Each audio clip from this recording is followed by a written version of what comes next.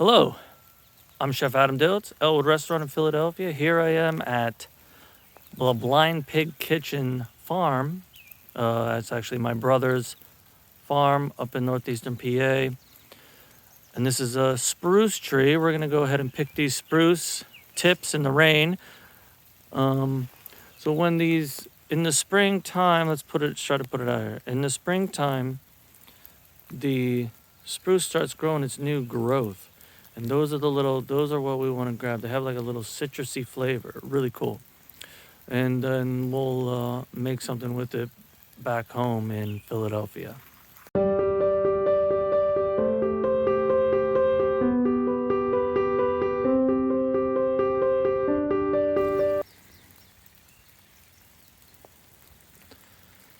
Spruce tips.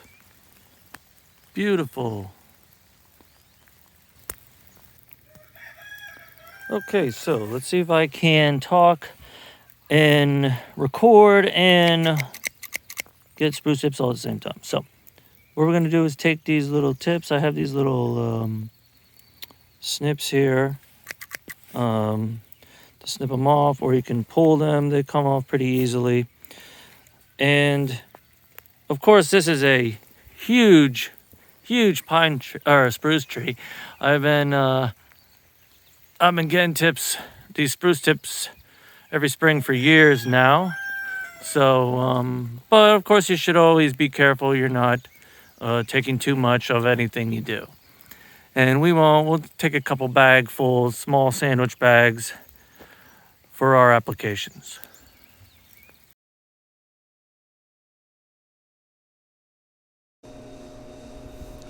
Okay, so here we are back in the kitchen, back in Philadelphia. So I have the spruce tips in a pot, some water. Now we're going to bring that up to a boil, but then turn it down to a simmer and just let these simmer for a couple minutes.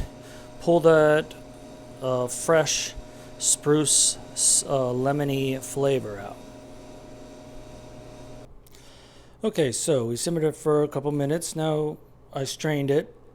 As you can see, got about a quart and a half.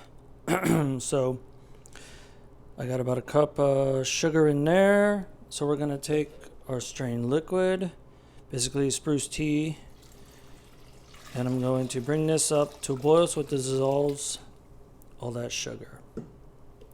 And then after we bring it up to a boil, we'll simmer it, make sure the sugar is dissolved, almost like making a simple syrup, and then we will let it cool down.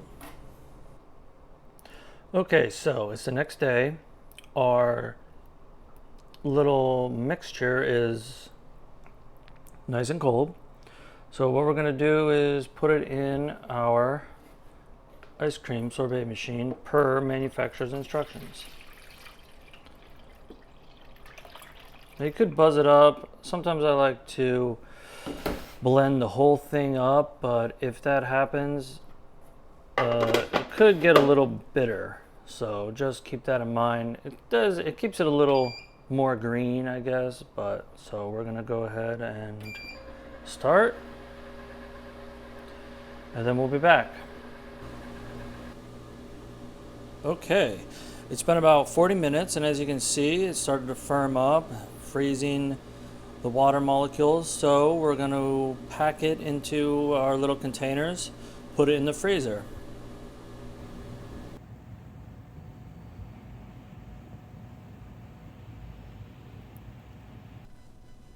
Okay, so this one here is our spruce sorbet we made with just sugar, water, and spruce tips. Now we made this as a little tea.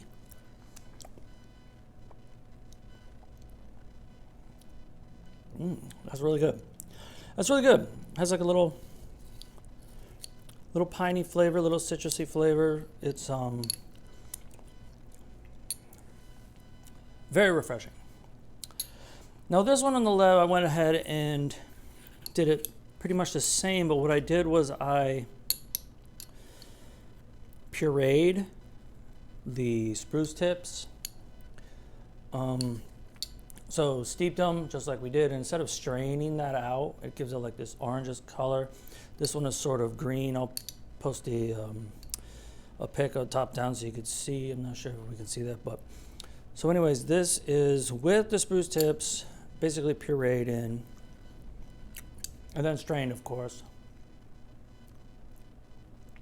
This one's really good too, but it also is, I'll say more Christmas tree-ish. Almost a hint of, almost a little touch of bitterness at the end, but it's a good palate cleanser for sure. It's cool. I mean, this one's a little green. It looks a little greenish too. I guess if you want it to be green, you would, that's what you would do. Because you would watch in the blender, it'll still get super high. And you still got to strain it in case there's any loose needles, pine needles, the spruce tips. Wow. Yeah, that's good. That's really good. Another taste of spring, nice and refreshing. Thank you again for watching. I'm Chef Adam Diltz of Elwood Restaurant.